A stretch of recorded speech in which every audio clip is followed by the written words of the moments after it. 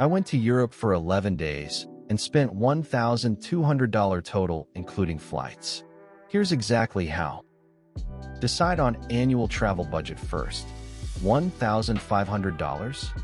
$3,000? $5,000?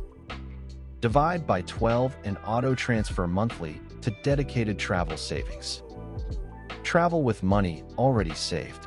No debt, no guilt. Google Flights plus flexible dates equals often 40 to 60% cheaper. Fly midweek, Tuesday/Wednesday, 20 to 30% cheaper than weekend. Set price alerts for destinations you want. Book when it drops.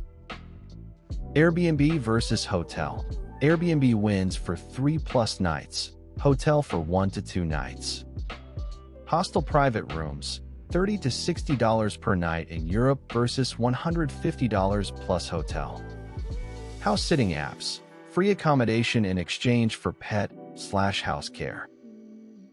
Rule: daily budget equals monthly housing cost divided by 2. Track daily spending on a paper card in your pocket. Cheap travel hack: eat breakfast in, buy lunch out, dinner varies.